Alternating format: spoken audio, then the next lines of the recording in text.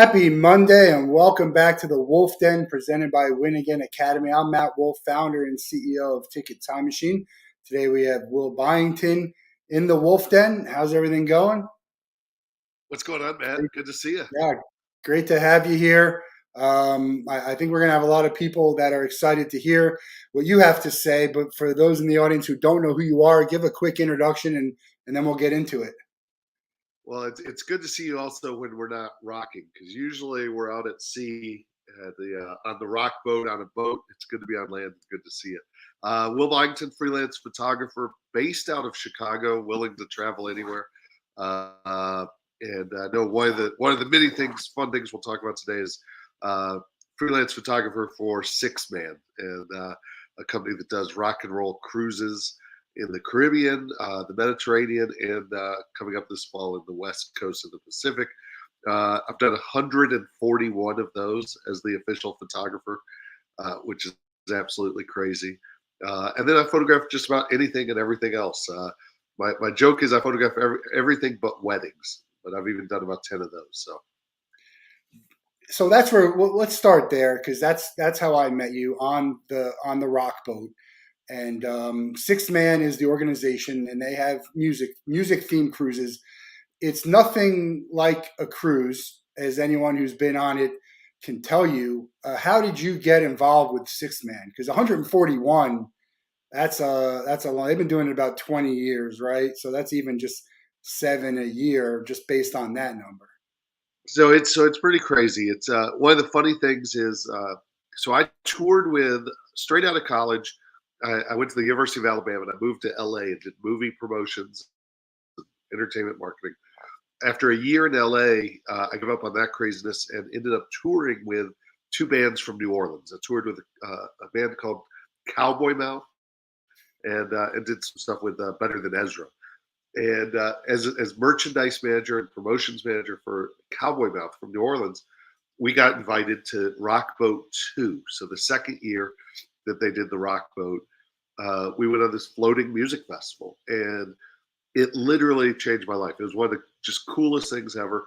It was also great because as the merchandise guy for a band, I worked like 3 hours the whole week, and the rest of the time it was spring break for adults. And Andy Levine and everybody at Sixthman, if it almost felt like those early years, especially, and even now, it almost felt like they stole my iPod because the music they booked, the bands they booked, and who they worked with was exactly my wheelhouse to a T. So I did the Rock Boat 2, 3, and 4 with Cowboy Mouth. It was epic. It was awesome. Just seriously one of the most fun things you could do. When I got off the road in 2004, I said, I really kind of want to get back on that thing called the Rock Boat. That was pretty fun. So I contacted Sixthman and I said, hey, do you need a photographer? I'm doing photography full time here in Chicago. Do you need somebody? And they promptly said, nope, we've got a guy. Click, and hung up on me. They said thanks for the call, but we're good. Fast forward about a year and a half later, probably fall of 2006, somehow, some way, and it's one of those magical moments where I don't really know who kept my name, who kept my number. This is before Twitter, Instagram, Facebook, before all the social media ways. Somehow, someone there kept my name and number and said, "Hey, this guy was dumb enough to call us and want this job. Uh, let's see if he's still interested." And fall of 2006, they called. They said, "Hey, we're doing the Rock Boat in January 2007. We'll pay you to come photograph the Rock Boat." And to which I had to, kind of say, contain my excitement and just said, "Yeah, I think I can make that work. Let me check my schedule." And that year they did the Rock Boat, and they actually went from one a year to 2007. They did three. They were doing Rock Boat, they were doing Leonard Skinner's Give Me 3 Days, and then they did Bare Naked Ladies. And they actually had the Bare Naked Ladies had their photographer, a guy who has now become a fantastic mentor to me, and seriously one of the best photographers in the business. Everyone should check him out. David Bergman. was the Bare Naked Ladies photographer. And so they said, we don't need you for Bare Naked Ladies, but we'll hire you for the Rock Boat and Leonard Skinner. And that was, cruise. So I guess I'd done 3 with Cowboy Mouth. So that was cruise 4 and 5. And like I said, now I've done 141. They can't get It's rid of it. it's incredible too because I know you. I love the rock boat. I love the music cruises. It's a lot of fun, and I know you love it too. But it's a. I mean, talk about your experience on that boat because especially on the rock boat, it's music from noon till 3 in the morning, and then you got to photograph other stuff, and so you're working. I mean, you're enjoying yourself. You're listening to a lot of good music. You're seeing a lot of great people, but you're working. Yeah, the cool thing, it's funny. I think back to again when I made that call to Sixthman, I was thinking of it like I did when I was with Cowboy Mouth and working 3 hours. And then it was spring break, like I said. Uh, it's gotten to be where an average day is probably 16 hours on the boat, uh, maybe even a little more. It's ridiculous. It's crazy. It does start some days with yoga at 8 a.m., 9 a.m., and all the way to headphone disco at 2 a.m. And in between, though, I've gotten to where almost all of my best friends in this life I've met through the boats. So I've made amazing friendships over the years. I've made, you know, it's funny. It's one of those pinch me moments still because I'm amazed. I've gotten to get to know again many of my favorite bands also, and become friends with so many of my favorite bands. So it's absolutely surreal and it's cool. It also this is being recorded, so I won't say that. I'm so amazed. I'm paid to leave Chicago in January and February, get out of the cold winter months to do this, and basically go on vacation with a bunch of my favorite bands. It's absolutely surreal, but it is. The bummer is, and the unique thing over 15 years or whatever it is of really shooting it since 2007. The interesting thing is with social media and the instant. It used to be I'd shoot the photos and we'd get them out within like 3 months. Now, because of the world we're living in, it's we're getting photos out that day. And I fully know as much as I have a love hate with social media, I fully know it's what gives me a job and keeps me getting hired. Um, and it is pretty amazing. It's pretty awesome to be in the middle of the Caribbean and being able to share photos. And FOMO is real, and that's what we want. We want everybody sitting at home going, "Man, I wish I was out there. Yeah. That looks amazing," and that's my goal. It makes your job harder to have to get that stuff out quicker. That's a tough job because I know you're shooting thousands upon thousands of photos and trying to figure out. I mean, there's a lot of good ones, but there's a lot of stuff you just be like, you're not going to put No, that in there. no, Matt. Every picture I take is perfect. Every Yeah. picture I take is. I don't know what you're talking about. No, every picture is amazing and excellent, and I never take a bad picture. I don't know what you're talking about. The, That's a complete lie, and that's false. I do take the crazy thing that shocks a lot of people when I tell them I actually take about 2 to 3 thousand photos every single day that I'm on the ship. So it's about 2 to 3 thousand of that. So I also started to think when I started with Sixthman, part of the way I was paid was we we actually sold the photos, and so we created a thing where we put the photos on a TV channel. So each day the photos circulate on a TV channel. At the time, it was a great idea. Now it's one of those things that's a pain in my ass. Because what I do is at the end of the day, after taking 2 to 3 thousand photos, usually about 1 a.m., I pop open a beverage and I have to start editing and selecting. And we pick out usually about 300. So if it's 2 to 3 thousand, usually about 2 to 300 of them go on the daily slideshow literally the next morning. And the idea that's is still that people tough to wake up, do. they're in the cabin, and they can see what's that. That's still really tough to do because I can tell you, I was a guy when I first got my digital camera. I was snapping 200, 300 photos for every trip I took, so maybe 100 a day. And to try and it just got so annoying. Like I would upload it onto whatever Snapfish or whatever, I don't know, whatever it is, what is that's not around anymore. And I would just like try to pick the ones. It's not an easy task. Yeah, it's crazy. And imagine it being tired and late at night. But what's fun and what keeps me going is the smiles. Photographing the rock boat, photographing all the other Sixthman epic adventures. The what keeps me going is seeing everybody just truly having the time of their life. And so we pick out a ton of those, and then I try and pick out the epic rock moments and rock shots. And what's fun is what's really cool, and every time I try to get away from doing that, because I would love to have those 2 to 3 hours back each night. Um, I would also love to be out having a beverage and catching up with friends and bands. It's got to be where I'm sitting there holed away at my little computer instead of hanging out. But every time I try to get away from it, I end up hearing from a band, hearing from a fan, hearing from someone saying, "Oh my God, it was so cool. We were laying in the cabin, or we were walking through the casino, and we saw ourselves on TV." And what's really fun and what Sixthman really pushes is there's no VIPs on a Sixthman cruise. Everyone is a VIP, and what we really try to make everyone feel special. And so that's what I try to do with my photos is just showing those vacation moments that you can't get anywhere else. And whether it's on Michael Franti's cruise, you're rocking his hat, on the Soul Shine at Sea, he that guy makes every fan at his show feel like they're part of the show. And He Michael is Franti puts on energetic, positive shows you can ever see. I mean, I've seen him so many times now, but I saw a show of his Halloween night in a real small venue in Fort Lauderdale, and it was probably my in a top three show I've ever been to. Just the kind of energy is, and he was so popular on the rock boat that he got his own boat. I mean, that's essentially what happened, right? Yeah, yeah, Yeah, I 100%. would argue He's that just so.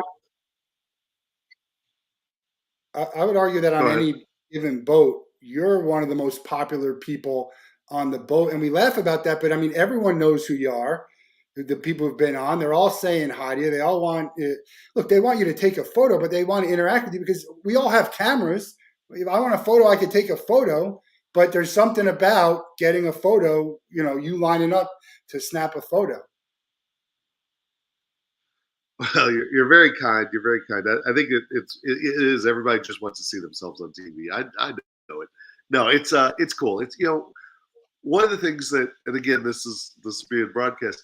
One thing I know is that, as you said, everybody's a photographer nowadays, and it really truly is. It's true. Everybody's a photographer.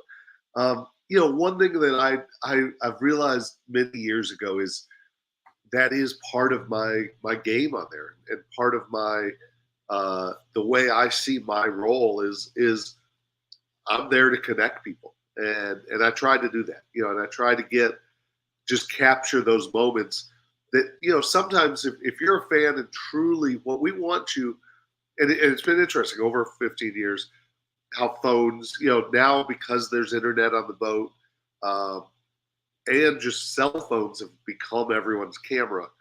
Now everyone does kind of have that out there.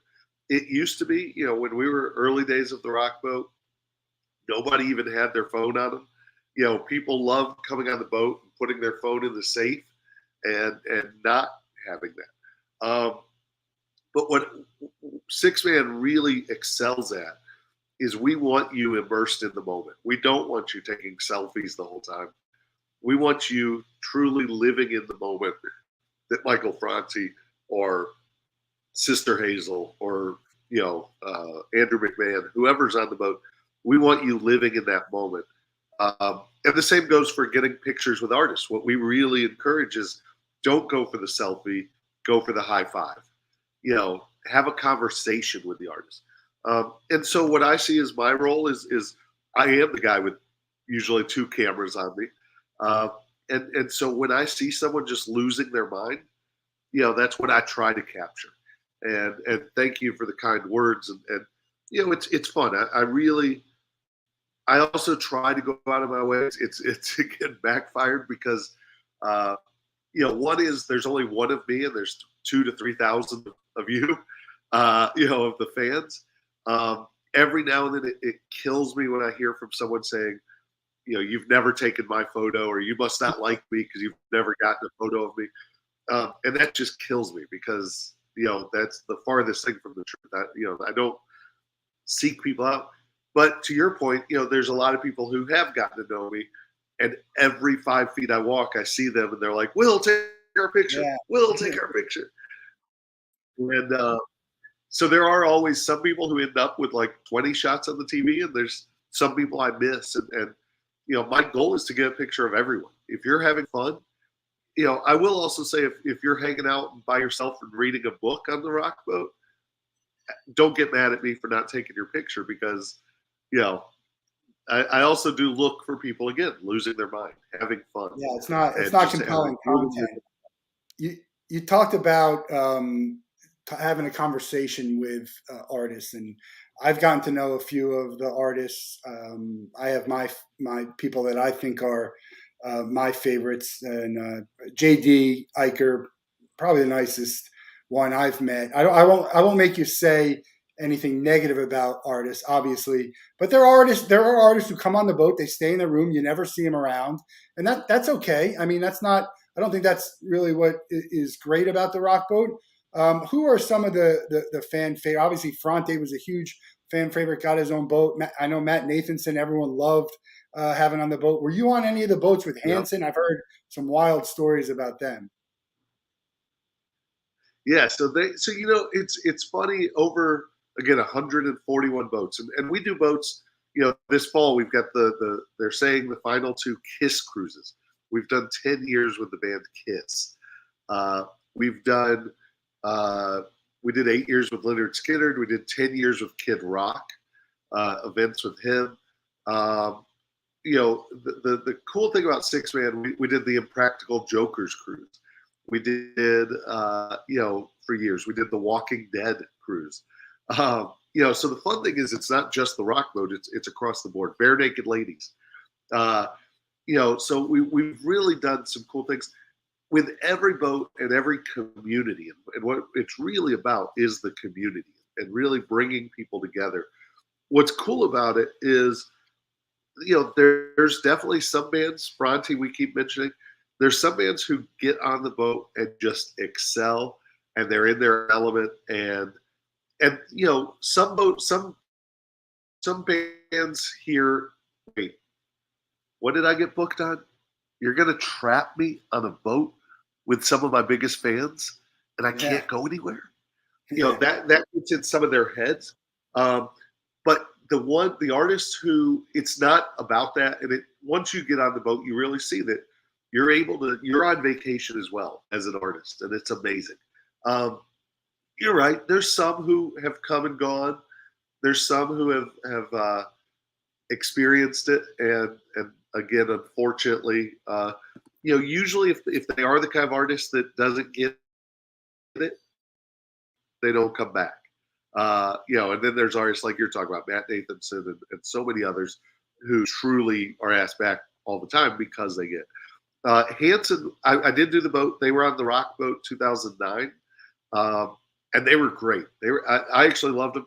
I'll be honest. I grew up. I'm a guy. I grew up in the age where all I knew about them was Mbop, yeah. and maybe one other song. I didn't really know, I made the jokes like everybody else. They blew me away. They were fantastic musicians. They were fantastic hosts. The stuff they did for the events, and they did a charity walk on board and stuff. They were great. And the crazy thing about them is I will say some of their fans are very energetic, and their fans love them, and it's cool. For a band that hit it big in the late '90s, they've maintained a career that's very impressive, and it was cool. It was cool to see. But yeah, they came on. We've had some others. And like I said, you have to get it. You do have to be fan friendly. You do have to be willing to be there because you are on a boat in the middle of the Caribbean. I've been on 5 or 6 different boats. They're all very different. And the funny thing is, the community very tight. They're family, but they're very cliquish in a way too. So you know the rock boaters are and the Sats, they all like argue on which is a better. It's just different. It's different. So a lot Yeah, of it will depend on who's on with you. Some of it depends um, on the lineup. I was on the Beach Boys cruise. It was one of the better ones I've been on, probably because of the people I was with. The music was great. Also, if you were in, do you have one that's more fun for you? I mean, are some of these other ones like that aren't as music, all day every day? Is that a better experience for you? I know you're not going to pick a favorite, but well, it's funny, and again, this is being recorded, so I got to be careful. I kind of joke that they're all my babies. They're all my kids, and you can never pick your favorite kid. well, hold on. I Everyone has a favorite kid, a favorite uncle, a favorite niece or nephew, a favorite parent. I mean, everyone has that. No, I don't. I don't believe it. I don't believe it. No, No? no. It's I will say. I always say one is it's easier for me to tell you some of the ones I didn't love as much as the ones I love. Um, Okay. and I can get into some of that. I will say honestly, rock boat because of my history with rock boat. It's the one I've done the most of. It's the one that started me with it, and like I said, pretty much every band on there is what I listen to. That's my wheelhouse. So Rockboat definitely, and again, especially after I think we're on what Rockboat 22, and I've done like I've done I think 17 of them, 18 of them. So it truly is crazy. Um, Kayamo, our singer songwriter festival, uh, same thing. The fact that I got to see John Prine and Lyle Lovett and just so many amazing. Actually, this weekend I went to Brandy Carlisle here in Chicago, Yeah, she's a staple of and that. she did so many of the early Keanos. She did a rock boat, and then I got to I've gotten to know her and know her and her band. Her band is phenomenal. Her crew is phenomenal. The entire camp, the camp for them basically is amazing. And again, that's an example of friendships I've made through the boats that have maintained outside the boats. And so I was able to be there and hang out and see them in Chicago. So Rockboat Cayamo, Cayamo goes to the best ports. It's a 7 day, so we usually get to go to like St. Martin and Oh, St. fun. Bart's, and we've gotten to go. Actually, I'm drinking out of a soggy dollar bar cup, in Yost Van Dyke, which is like heaven on earth. Cayamo's allowed me to do that. You know, uh, Bare Naked Ladies, I did end up getting to do 3 of their 4 cruises, I think it was. That was great. Same thing. Bare Naked Ladies and their fans, they're the bands they bring with them. Um, you mentioned Sats, Sail Across the Sun, the Train Camp, and all the bands they bring. They truly step up the bar every year with just really fun music, and whether it's just the train shows or bringing in people like Arrested Development. The fact that I've got to see them in the middle of the Caribbean was awesome. um, we did I've done all the 311 cruises, and I'll be honest, again, same thing in the 90s. I loved 311, loved a couple songs, but never really got into their whole energy and vibe. Now I'm a huge fan. Their fan base is one of the strongest fan bases I've ever seen for 311, and it's just amazing seeing what they do for their fan base and what they've created is awesome. I will say we did 3 years of an Elvis cruise. I'm kind of glad that went away. I love Elvis. Don't get me wrong, Elvis is amazing. The first year was incredible. Second year was good. By year 3, it was kind of like, okay, we're kind of pushing it. Uh, you know, the fan bases on that was neat. We did an EDM cruise uh, with EDM, all DJs and whatnot. Diplo and Skrillex, incredible.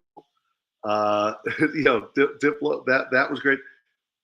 In some ways, 4 days of nonstop EDM, and that boat literally I think had music going almost 24 hours a day. That was a little much. That was a little rough. Yeah, we so Corey's my concert buddy. He's down here. Is there anyone more popular than Corey on the boat every year? I mean, I was just gonna the jump way. in. I say that Corey, and again, like, what's up, Corey? It's so good to see you here. And like that is one of those stories. Corey is you talk about if Fronti is energy and positivity, Corey and his family are just a rolling road show of happiness and smiles and literally every time I see Corey and his family, it just makes my day. It literally. I wish I could share a picture here. I'd have to dig one up. Maybe Corey can share one if he's got one easy. But like it's just so cool. And almost every year they crowd surf. We get Corey up there crowd surfing during a show, and it's just one of the that makes my whole job worth it is seeing the smile on Corey's face. So, Yeah, I what's get up, to see Corey? him at concerts here all the time. It really is it's a family, and we've had a lot of losses in the family. Dana recently passed, and Gail a few years back, and Uncle Mike, and uh, what Melissa's I'm, what was Yeah, Melissa's husband's name? I can't remember. Man, I'm drawing a drawing a I got I uh, got brain I got a moment here where I can't, and it really hurts because you see these people every year on vacation, and it's really the best. You probably see the best of everyone on that. I've had some moments on the boats where I haven't been at my best, but for the most part, you see the best of that person, really who they are, and get to know these people, and it's tough when someone is no longer there. yeah. It's I can't remember which cruise it came from. It might be Rockboat, it might be Cayamo. I can't remember. But there's a line that a lot of people use. It's where strangers, six-man cruises, where strangers become friends and friends become family, and and it's so true. And the Sail Across the Sun family, the Rock Boaters, yeah, and it hurts. And what's fun is you mentioned Melissa and her son. He's a big rock star on the Rock Boat, Yeah. and it's cool. He's getting There's old, also man. He's getting old. you know, I mean, we're watching him grow up with us on the boat. And then there's fun stuff. There's Gaelic Storm made fun of Dave the blind guy one year to start a show, and all of a sudden Dave the blind guy is one of the biggest rock stars on the rock boat. And that's why you're very kind when you comment about me being popular on there. But what's really fun is, like I said, is everybody can be a rock star on the rock boat in a lot of ways, and on Sail Across the Sun and on Kayamo. Kayamo, they do a lot of jams and open mics, and it's just really cool to see the guests get up on stage and jam. Or on Sail Across the Sun, we do the there's karaoke. And literally someone will go rock it out at karaoke, and then the next day they're walking around the pool deck high fiving people because people are like, I was there and that was epic. Um, and so that's what's really cool. It's like I said, it's just those special moments. We do a wrestling cruise with Chris Jericho, which is also one of the most fun boats we do, and just seeing again the energy and excitement of the family that has become the wrestling cruise fans. They look out for each other, they pick each other up, and it's pretty cool because of as much as I hate social media at times, it's also a beautiful thing. And seeing the fans where they have become connected to someone like Dana, who touched all of our lives with her pictures. She was always taking pictures. She was always smiling. Um, Seeing that, and then seeing the tributes and seeing the comments, it's just really it's really special, and it's really cool. Yeah, not going to be a lot of dry eyes on the boat. I'm sure they'll do something special to remember her by. I want to go. Let's how it all began. How did you become a become a big part of your life? So again, it's funny that one of the other parts of the story I left off that I tell a lot of times for the cruising. Uh, in 2001, when I was touring with Cowboy Mouth, before we did the Rock Boat, I did a cruise with my parents across the Atlantic on the QE2. Cowboy Mouth was off for the month of December, and so I didn't have an excuse not to go when my parents and grandparents were going to England and then taking the QE2 back, the Queen Elizabeth. And I said, okay, I'll go. I wasn't really looking forward to it. I did some research. It ended up being the worst family vacation a human could ever take. Wow. It should be a new reality show for Fox that crosses the Golden Girls with a perfect storm. The average age was 72. The average size of the waves were 40 feet. Uh, Jeez. I was like, I am never, ever doing another cruise. And now I've done 141 of them. So I guess, the old saying, never say never. Um, I took one class senior year of college doing photography. I'd always kind of done it as a hobby. And then just got kind of lucky and picked up, did it as a hobby while I toured with the bands. And then, like I said, about 2004, I was out of work and living with my parents. And when you're like 27 and living with your parents, that's not always great. So I just kind of dived into the photography thing, and here I am. Whatever it is, 18 years later. And it's the cool thing about photography is it's opened so many doors. I see we have a mutual friend, Martin Buckley, by the way. I've gotten to know Martin. I do Bill Murray's and the Murray brothers Caddyshack golf outing. I've done that for over 10 years, which is ridiculous. The fact that again I'm in that world and gotten to know all the Murray brothers. They're amazing. It's an incredible family. All the brothers and the sisters and just the nieces and nephews and all the family that I've gotten to know over the years and the celebs and the friends. It's I'm a Caddyshack 2 fan, which is a minority. How do you feel about Caddyshack 2? I like it. I think it's funny as hell. they made a second one. What? I No, it's all right. It's all right. I think I think there's some movies I just saw the other day that they're going to make a new Roadhouse, uh, and Patrick like Swayze. yeah, they're making a new one. I think it's Jake Gyllenhaal or Gyllenhaal. I think is the one I saw that is going to play Patrick Swayze. There's some movies, and Caddyshack I would say is one of them. Like one and done. Like there should not be another. They should, and at some point, inevitably, somebody's gonna come up with a brilliant idea to do a 2025 version of Caddyshack. No, don't do it. That's just my opinion. Well, I get so you're in Chicago, great sports town, great town for music too. A lot of stuff going in. How much of your work is in Chicago, and how much of is it out? And you take a lot of photos, from the events that you go to. Obviously, the same way we all do. But what is it like going to an event and taking photos? What's in your mindset? You're saying, I want to capture this for me. I want to capture this for others because you sell your photos. What's the mindset? So that one gets back to the social media thing. I have, like I said, a love hate. I'm on all social media, Twitter, Instagram. I love it all.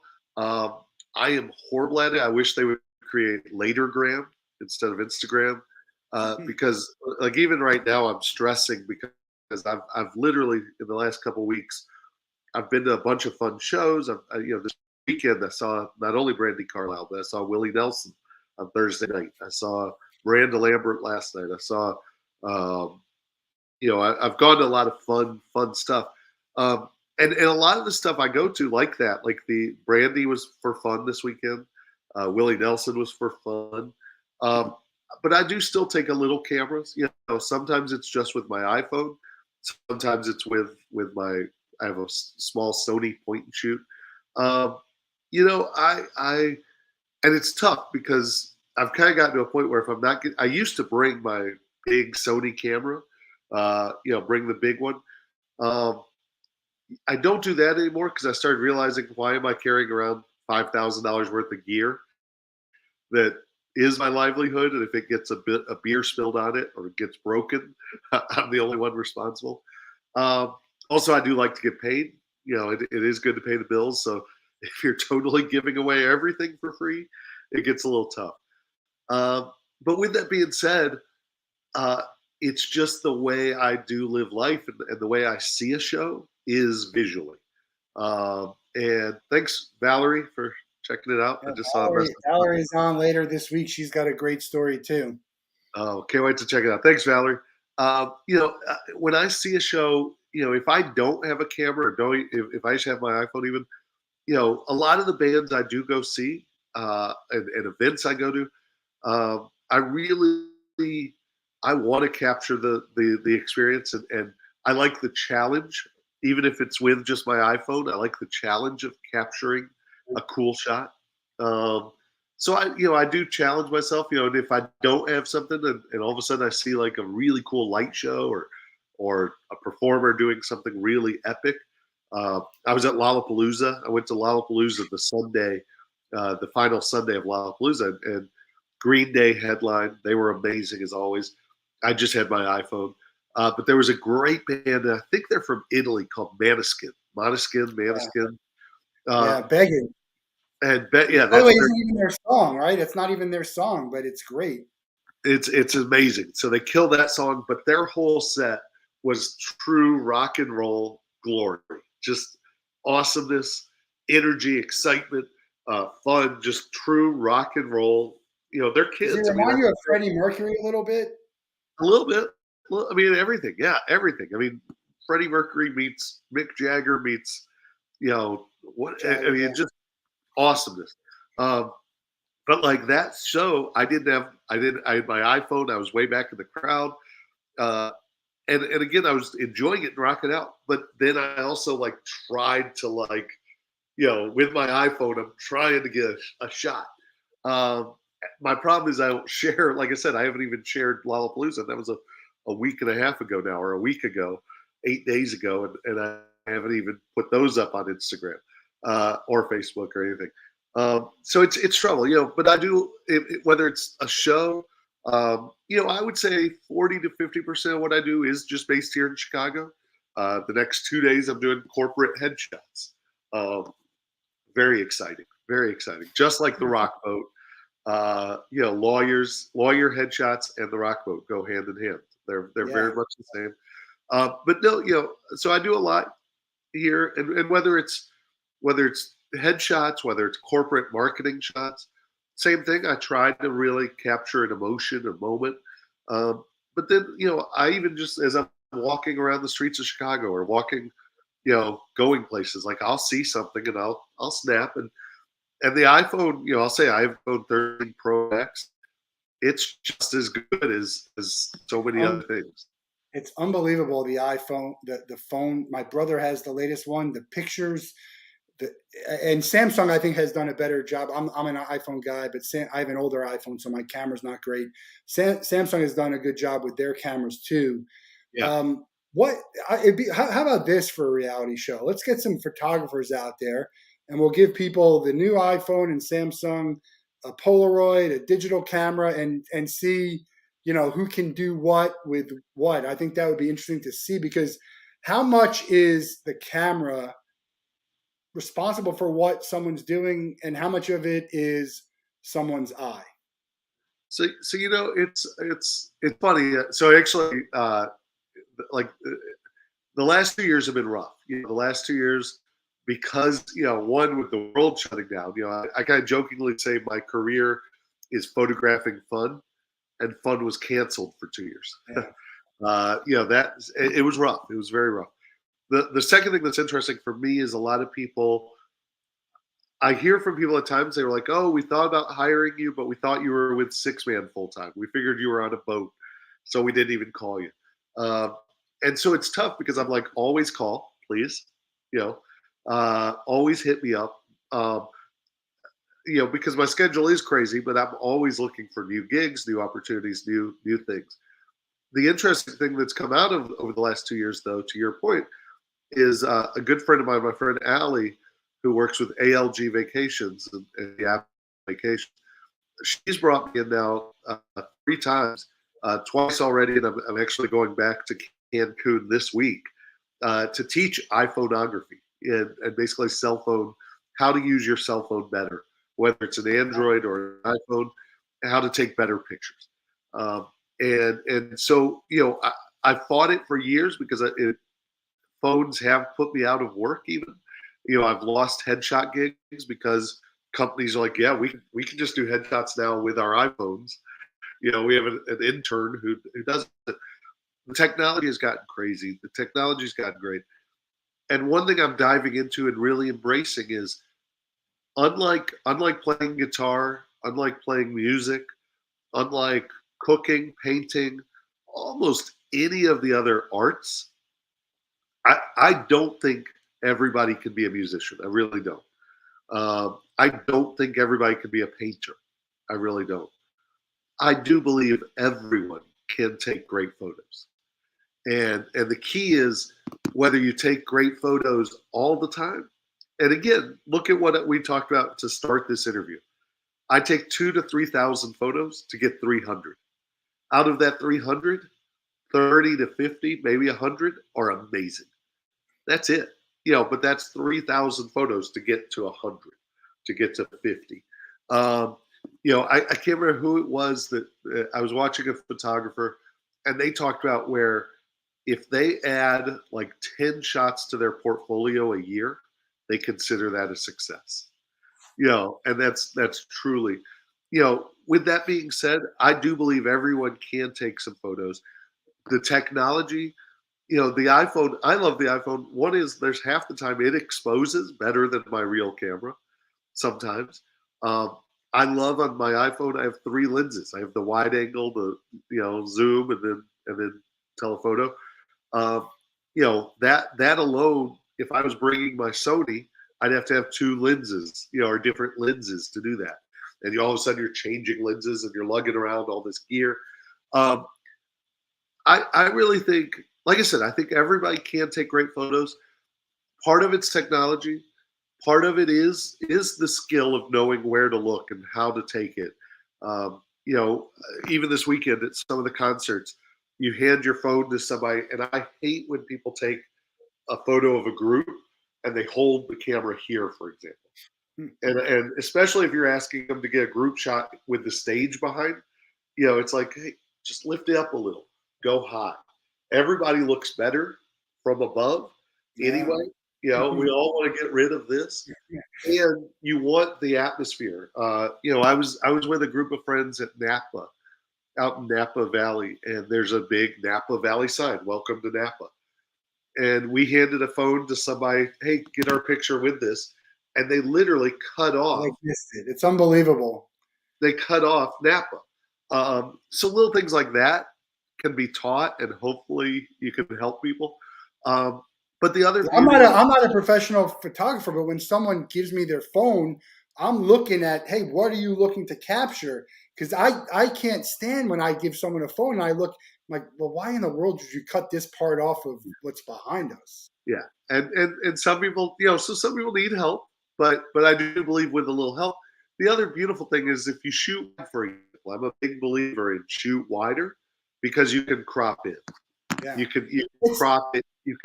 And so the beauty of technology now is after the fact, you can make a great photo.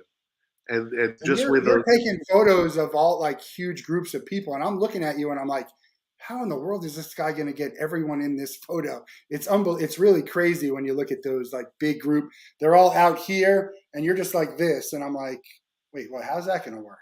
well, and sometimes sometimes it's the magic of Photoshop combining a couple photos. Sometimes I will say that's another joke or thing that drives me nuts is I do have people saying, oh, why didn't you get me in the group shot, the sail away photo?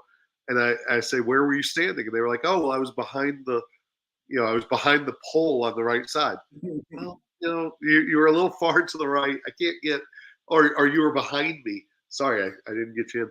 But no, I do truly believe everybody can take great photos with a little bit of help. The beauty of there's a great app called Snapseed. Snapseed. that's on iPhone and Android. It's basically Photoshop for your phone. Uh, it's absolutely incredible. And just with a little editing, with a little lightening, with a little enhancement, um, you can get a great shot. The other thing I'll say though is I don't know what percent, but I would say 30, 40% is truly luck also. A lot of Yeah. it's you're looking at the right, and as a professional and as someone who does it a lot, yeah, I know where to look and I kind of know where to be. And, I try to anticipate what's going to happen. If I see a tour manager uh, with a wireless mic or a wireless guitar and I see security kind of getting together, I kind of go, oh, I bet Right. Andrew McMahon or Switchfoot or Michael Franti's about to go out in the crowd. And part of it helps when you've seen all these acts more than once. You kind of anticipate and know.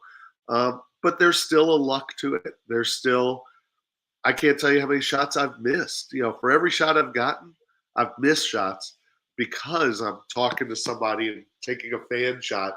And then I see, oh, wait, everybody's reacting behind me to something to someone to Corey crowd surfing.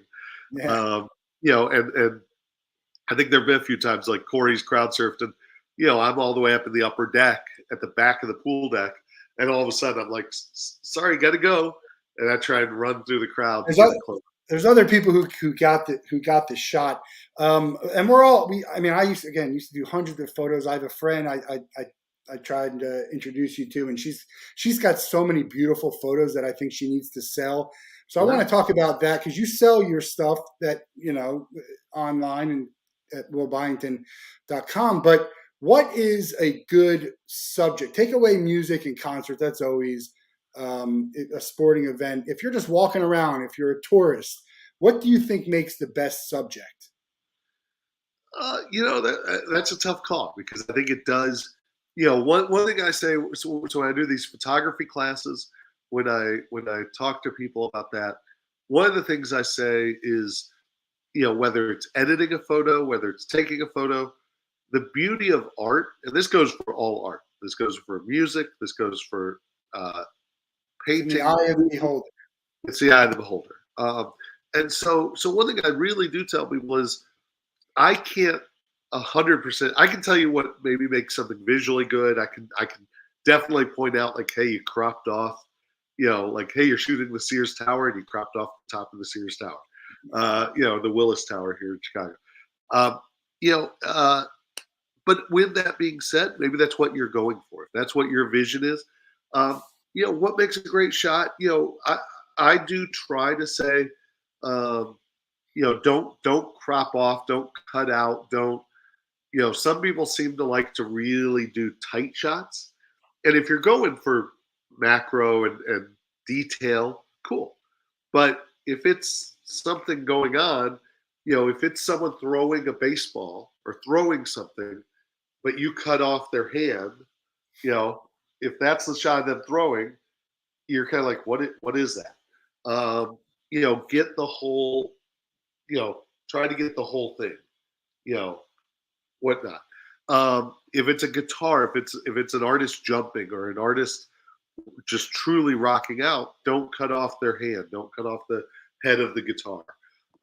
If it's a travel shot, the beauty of Photoshop now, one of the things I also say in my class is, so when I say the art's in the eye of the beholder, if you think it looks great, it looks great, and I do believe that. It may be crap, no, but like if you love it, that's what matters. And I think everybody should create art not for commercial; they should create it for themselves, create for Agreed. you. And so that's the first thing. The second thing, I do believe in editing. I do believe in if there's a water bottle, if there's something that's distracting, crop it out, Photoshop it out, change it. The only I say this in my talks, only if you're shooting for Newsweek or USA Today or Sports Illustrated. If you're shooting for press, don't don't Photoshop. Like I truly believe it should be real. But if you're creating art and you want to take out the red Solo cup out of the picture, get rid of it. Like, you can totally make it your own. Um, so what makes a good shot? I do laugh and I do see some shots people take, and for example, there is like a trash can right in the shot.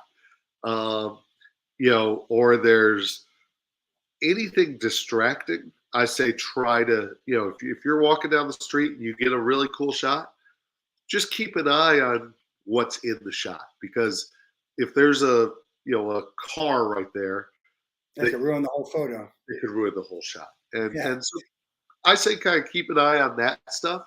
But with that being said, again, play with But it. it's funny, you see these photos being sold for a lot of money at a fair or whatever, and you got to be thinking to yourself, I have 1,000 photos that should sell for more than that, Yeah, right? yeah. It's tough, and your friend's work is great.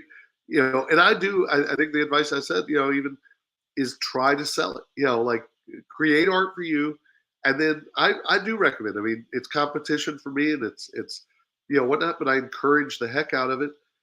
Put it out there. There's Yeah, websites. you just got to do it with anything. Who know? You have no idea what someone's going to like or not. I'm a big Steinfeld fan. Remember when they did the Kramer and you just put it out there and these people loved it and they paid all this money for you?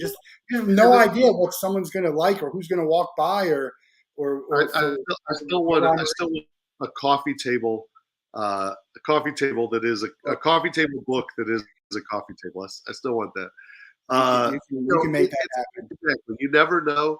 And the beauty of why I do encourage it nowadays is the beauty of social media and the beauty of Twitter, Facebook, Instagram. It's all free and it doesn't hurt. The world needs more art. So put it out there and put it up. And yeah, if somebody buys it, amazing. And at If the end of not, the day, if you've created for you, it doesn't matter. If you've created for you, you also can't get discouraged because nobody bought it, as long as you believe in it and like what you created. I really do believe that. yeah. What's your favorite Chicago sports team? I'm a big Cubs fan. Cubs and Bears. Cubs and Bears. They're both painful to watch sometimes, but definitely a fan of both. Who's the best Chicago band? Ooh, ooh. Uh, I mean, we've been lucky. Chicago's got a great music scene. One of the first ones I saw growing up that I loved was Freddie Jones Band. They ended up actually doing the Rock Boat years later, and love Freddie Jones. Uh, I was always a big, I mean, of course, Smashing Pumpkins are great. I was always a big Urge Overkill fan. That first album from Urge Overkill in the '90s was fantastic. So I Nice. might go Urge Your Overkill. favorite. He wants to know favorite concert. Let's just say you're doing you're in charge of Lollapalooza for next year. Who are the headliners? One Oh each day. man, I was gonna say we gotta get Corey's question in. It's funny because I went to Lala. I wasn't even gonna go to Lala because I've kind of been I photographed Lollapalooza for about 10 years, and I used to love Lollapalooza. I used to love the way it was just a very unique, diverse. I saw everybody from Lou Reed and Iggy Pop to Mumford and Sons to I saw Lady Gaga's first concert in Chicago at Lollapalooza like 2007. She played at like noon on a stage in a bikini, uh, and I have photos of that. My wife next month is her birthday, and we're going to see Lady Gaga on her birthday. My first time. I'm pretty excited about Yeah, she's a true talent. I don't love the shows where you change outfits every 5 seconds and some of it, but she is a true talent. And what she's done with like Tony Bennett is amazing and whatnot. So favorite concert, Bill? It's tough. I literally have been blessed to see some of my favorites. I mean, John Prine's All the Best Fest uh, with Nathaniel Ratliff, Brandy Carlisle, John Prine, um, Steve Earle. I mean, I almost wish I could say I booked that. Um, if I was to book, I probably would go the old cello route that they did a couple years ago because I love the Rolling Stones, and I love Bruce Springsteen. So I'd probably put two of those in. I love stuff like Mumford and Sons, Lumineers. Throw them in. I love St. Paul and the Broken Bones. If Brandon that's your Carlisle, plate, I would they'd throw be in great on the boat, wouldn't they? St. Paul. So they Yeah. did a couple K-Amos. They did a couple K-Amos, and it was fantastic. I would love for them to come back. Our boy Michael Franti would probably be there no matter what. He just brings such a show and a positivity. So I'd love to have Franti there. I love the Avett brothers. So I love stuff like that. Um, and then I would definitely throw in some of the 90s. I'd probably throw some love to Cowboy Mouth and Better Than Ezra, bring them on the concert bill if I could. But also bands, there's just so many. Pat McGee Band, Stephen Kellogg. I'm so jealous of Stephen Kellogg touring with Counting Crows right now. I love the Counting Crows. They're one of my favorite bands. I really tried to make it down to Indianapolis. They were playing there, and if I had all the money in the world, if I'd won the lottery, which I did not, unfortunately. So send me Venmo because I need money. No, I would love to go see Stephen Kellogg and the Counting Crows. Again, there's Too my many good acts. collection, CD collection. I could go on and on. So Who uh, did you watch the new Woodstock film on documentary? Was that nuts? It was crazy. it's funny, so I'm of that age. I turned 21 in 1999. So that summer, and all through college, I actually promoted shows. So it's funny, favorite concert bill. I actually, as a sophomore in college, I booked Cowboy Mouth was our back to school show. That's how I got to know them, actually, in 1997. And for homecoming, I booked Bob Dylan. Oh, wow. Homecoming 97, Tuscaloosa, Alabama. It bombed. It lost its ass. It did horribly. Apparently, a lot of the college students in Tuscaloosa, Alabama, weren't ready for Bob Dylan. Um, but Woodstock '99, I was a radio DJ and I did all that. So I remember it. I remember when Korn and all those bands were taking over the airwaves. I will say I'm not a Korn fan. Not a, I'm not into that. Uh, cool if you are, but it was fascinating. I watched the Netflix one or the other one. There was HBO Max or one of them did a Woodstock last year, and then there's this new one. I devoured it. It was fascinating and just such a debacle, but great TV. Yeah, you're just like watching this, and man, the indifference by some of the people that were responsible when everyone knew. It was almost like the Fire Festival. I think was that the same guy from the Fire? He looked very familiar. One of the It, guys it who was was, it was not, but very similar, and yeah, it seemed like it was the same guy. it was fascinating. One, it's fascinating to think that they put Sheryl Crow and Jewel up next to like Kid Rock and the Red Hot Chili Peppers and Korn. Everything about it. It's worth watching if you're a music fan. All the debacles going on now with ticket prices and the commercialism and the capitalism that music has become, and it's always been there. But the fact that they were charging at that time $4 to $5, $6 for water. That, that's what was so funny to me to watch them complain about the prices. I'm like, it's $15 for a soft pretzel. Yeah, yeah, The yeah, water should be $2. yeah. At every event, it should be $2. You're going to make a ton of money. You're going to keep people hydrated. It should be like a law. You cannot charge more than $2 for a bottle of water at any event, and that's what I would do. And someone should make that a law. I don't know. I will vote for. So, what are you running for, Matt Wolff? I Matt Wolff would. for I have Senate? some strange rules I would have if I ran a festival or a sporting event. No, it's. I agree with you. It's. I went to a soccer match here in Chicago a week or so ago, and same thing. You weren't allowed to bring in water.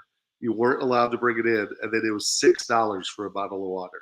And yeah, that's just to me that's not right. But It's nuts to me. nobody. Do you have any memorabilia? I mean, you've been on so many events, and do you have anything that you keep like fire house on fire? What do you leave in the house with? That's a tough call.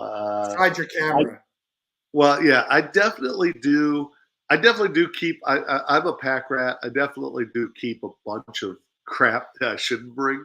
I have closets full of stuff that I haven't even brought out. I was showing you. Um, I got this is my first one, my second one, my third one, my fourth rock boat.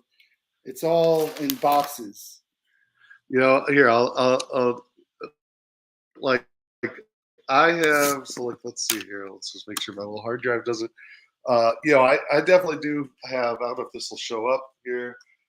So it's really dark. There you go. Oh, there you I go. do have Love that. all my lanyards That's awesome. from just epic events. Again, it's really dark. I also keep. I lived across from Wrigley Field. Speaking of Cubs, so I have a bunch of like Oh wow. baseballs. I like knickknacks. I like little things. I don't know if I'd run out of the house and say I got to take those baseballs or my lanyards. um, but I definitely like keeping little things like that. Give me a bucket list of an event you'd love to shoot professionally and get Oh paid for it. man. So one again, and it's so weird to say. I'm 44 years old, and I've been pretty freaking lucky. Like I said, the fact that I've done Caddyshack with the Murray brothers and the rock boats and all that. I look at a guy. There's a guy, Danny Clinch, is another photographer that I've gotten to know and is just truly one of the best in the business. Danny Clinch is pretty much Pearl Jam's photographer.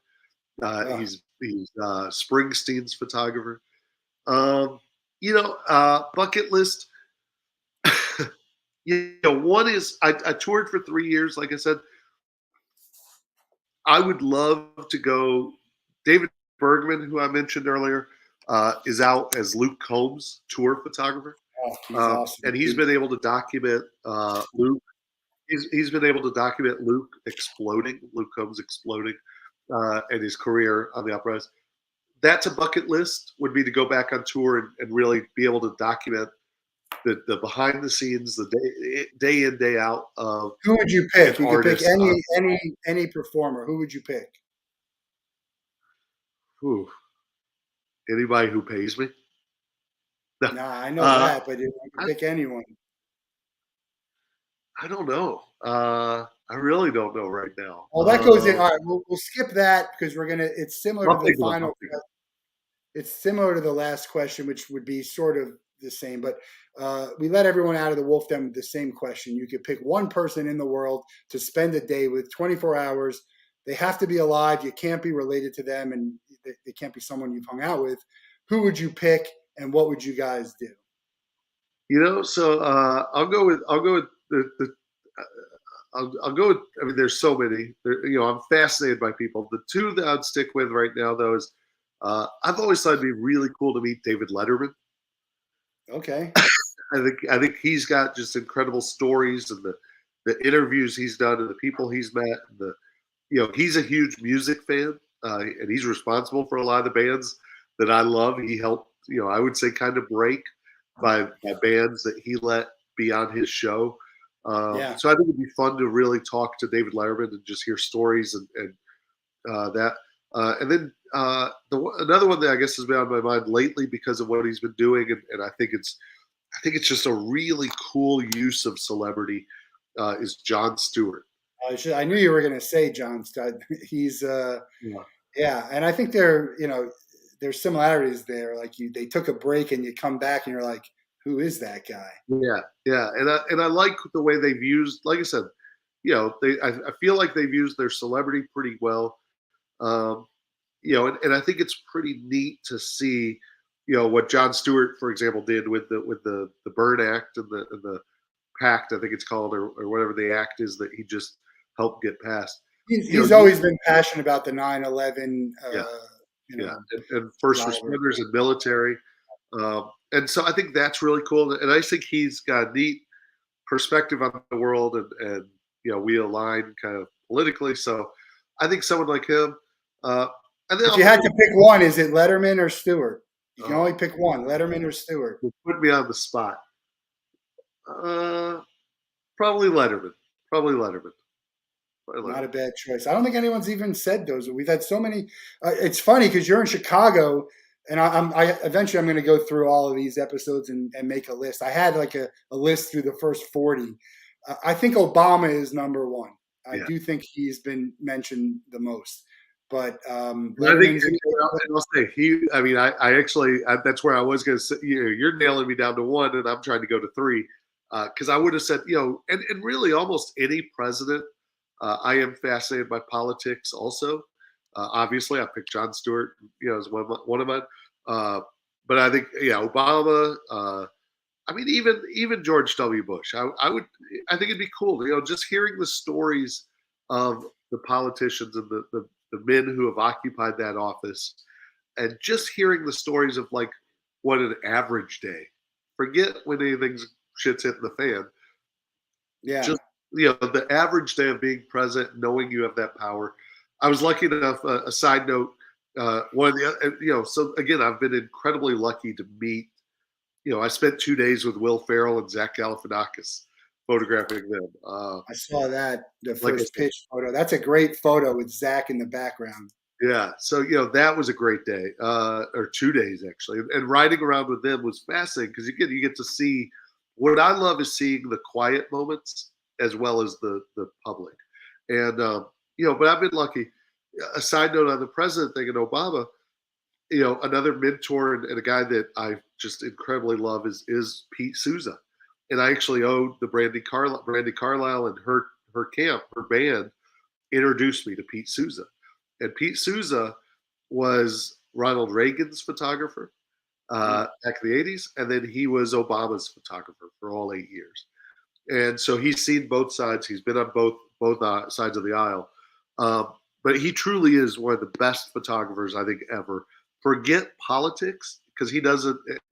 Since he's been out of the office, he's gone political, and I think it's great. But when he was in the office, like I said, he did Reagan, he did Obama, but he really saw his role as a documentarian capturing history and capturing the emotion and the quiet and the epic and the mundane. And he really just really cool. He came on Keamo as a guest of Brandy Carlisle, and I got to meet him and I got to spend an afternoon with him. And I mean, talk about the stories and just the being an eyewitness to history for 8 years like that was fascinating. And the mindset and the just the uniqueness of what he was witness to. And he shared some stories, and I've heard amongst Brandy and the band the stories he shares with people he truly trusts are even better. But with a podunk little punk photographer like me sitting on a beach in Mexico, it was just fascinating. And but again, here's my deal. Like I love what you do with these interviews, and love what you're doing. Whether it's a podcast, whether it's an interview. I mean, the cool thing is whether it's a band, an actor, a musician, if you live a cool life, you've got a story to tell, and So that's many what great stories, people you've never even heard of. 200 episodes, and maybe 10% of them are people that people know. yeah, And including this one here, which the people I know in the Rock Boat and Sixthman they know, but no one else does, yeah. and they're going to hear this, and I think they're gonna enjoy it. We're overtime here, but we could talk. There's so many, so we could talk here for hours. Would you, if Trump became president again, would you take the role that Peter took? Because I'm thinking, it's hard. That's a difficult thing to do. I think it was easier back in the day. Now it's not as easy. Would you take It, that job? it's weird. The signal dropped out. It froze up. I didn't hear the question. Come on, man. We got to get to the bottom of things on the Wolff. Then we don't sugarcoat things. You, I you know know, you're recorded. There's things you can't say, but that's so I probably a role you don't take, right? so I will say this.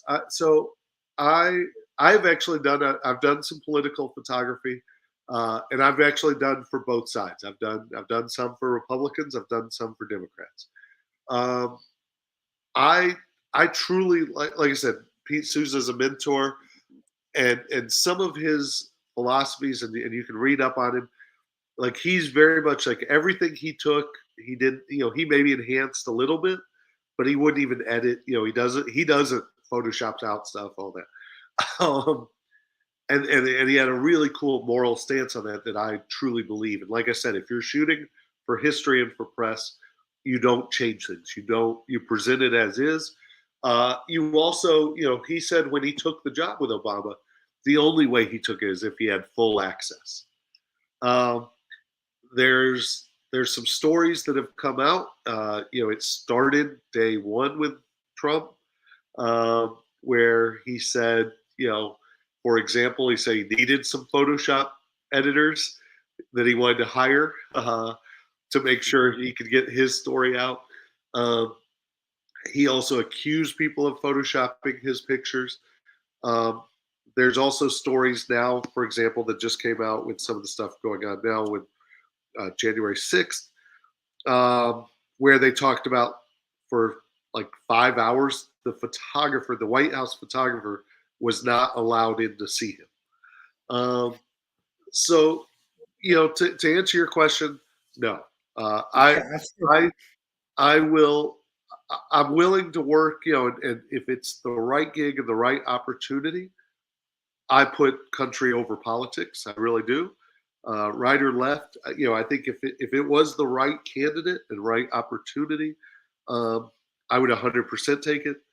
I don't think my beliefs, and again, forget politics really, but as far as documenting that, I would I have a get hard it. time. I I'd would be have the a same. hard And the thing about what you do is photographs can very, and we talked about this, very easy to miss context in a photograph.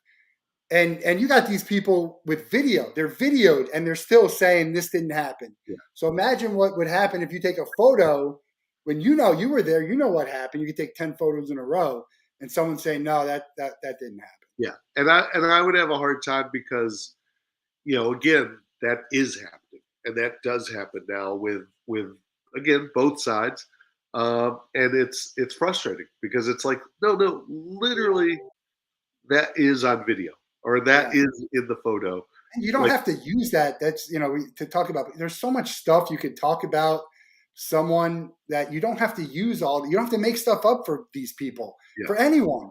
It could be a politician, a musician, as an athlete. We don't have to make this stuff up. Everyone has a history of stuff that you can talk about I, without making stuff up. I would probably have a hard time. And again, you know, in a lot of ways, I believe women rule the world and should run the world. You know, uh, there's some stuff going on with rights and stuff like that. That again, in some ways, I do think it is time. Men, we've done good, but let's let some women have a chance. Even sometimes I kind of say. With that being said, I would also have a hard time because I do. Yes, I do play both sides somewhat because of what I do, and like I said, I work for like I said, if I believe in you and your story, I don't care who you are, I don't care what you do. I love working for celebrities and bands. I also love working for a guy who works for the postal service. If you're a garbage man and you have a good story, you're a friend of mine. And I want you. If you make the world better, I want you in my life. I want you to be a friend. With that being said, there's some stuff again, both sides of politics. There's definitely some stuff going on right now on both sides where I don't think they have the best interest of our country or people in mind. And I would have a hard time being in that room and having to be quiet. Uh, Is the political scene going to get better? And I don't just mean does whoever you're hoping win. Does the climate is the political climate going to be better in the next 6 to 8 years? 6 to 8 years, I hope so. The next 2 years, I don't think so. Yeah. I hate to say it. I don't know if we've hit rock bottom yet, and I think we're going to. Like I said, I see that for both sides right now. I think right and left are both just a little misguided right now, unfortunately. And I think it is only going to get darker. It's only going to get a little more rough. I think there's going to be a even more drastic, the upper class and the lower class. We're getting more farther apart, and Unfortunately, I think it's only going to keep going. Yeah, I mean, I think we probably align on a lot of the same ways. Like none, this is not going to affect you and me, but it's still, it's not going to, it's our lives will be fine. We're going to go on the rock boat. We're going to, but we know people who are going to be hurt by it, and Yeah, so I'm for the greater good. I yeah, don't. I'm not voting for what's going to be what's good for Matt Wolff.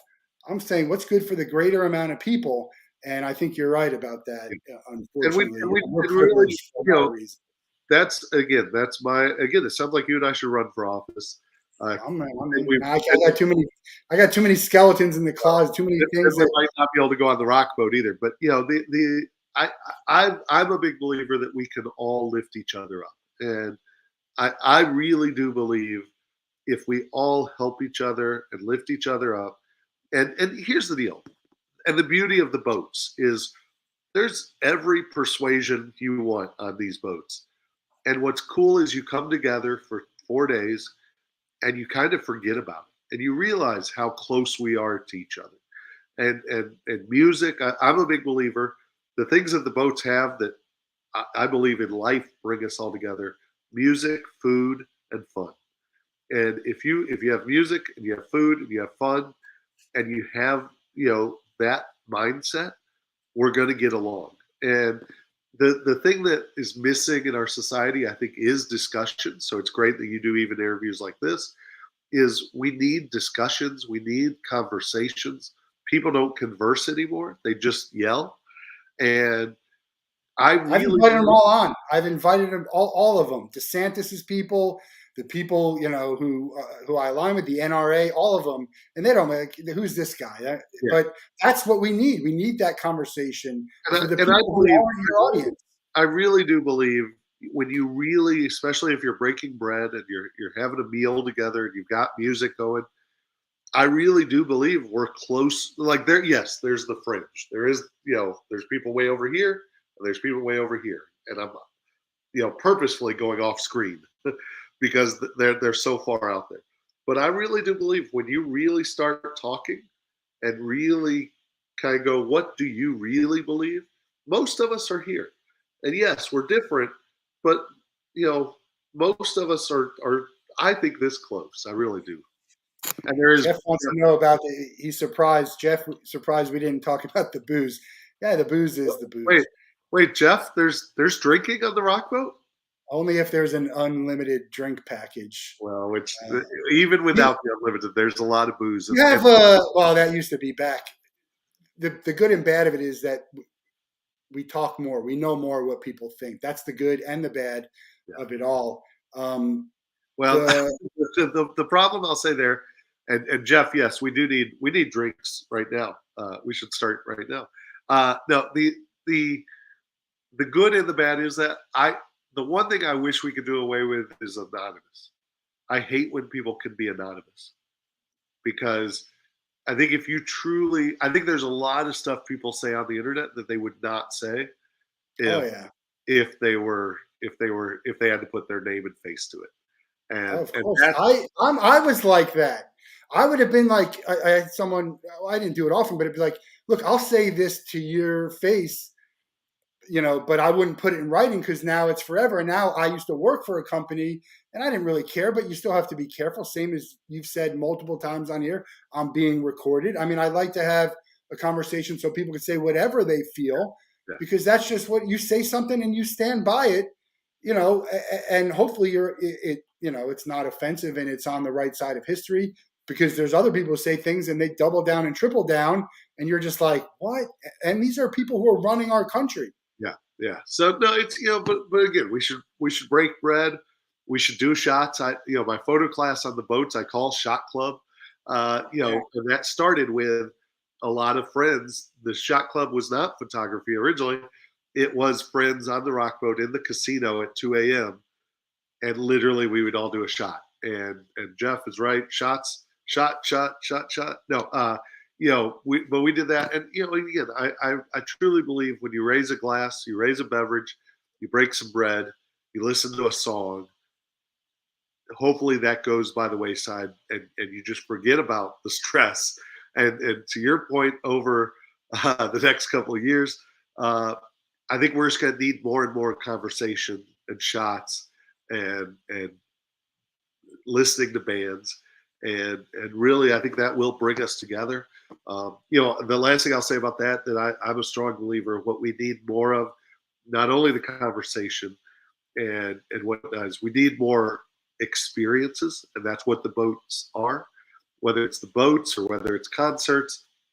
I think that was the toughest thing about the last 2 years is I do think we all need to be sweaty in a room, packed in, experiencing the same joy and jubilation that There's live music brings to us. I There's think no that feeling like being on the deck with us, just listening to music. I mean, really, I've had some of my worst. Like I was had depression for like I think I was on at least a couple boats with like a bad bout of depression, and that week, as bad as shape I was in, it was just there's nothing like being there. Music for me is such a powerful thing, and there was nothing like it for me. I brought headphone disco to my wedding for the last hour of my wedding, which was awesome. yeah, It's I don't know when I'll be back on again. I know it'll be sooner. I always say I'm not booked right now, but I'm going to end up on some of these there's boats still as time. I always There's still do. time.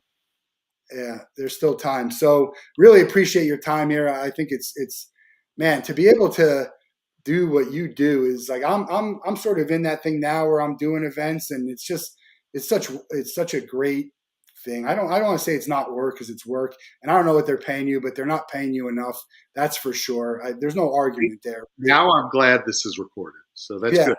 it's true. It's like they can't pay you enough because if you do a small event, that's what you get, and people are willing to pay you, and there's no way that they can pay you that for all these things. So, it's just Well, it's the truth. I also the have no idea how you do all these back to back. It's crazy. I've done two back to backs, and it's like it's the death of me. Well, that's the part where I made the joke earlier again about this being recorded because the old high school guidance counselor question: if you won $1 million, if you had $1 million, what would you do? If you didn't have to worry about money. I dream somebody about 20 miles from me. We still don't know who.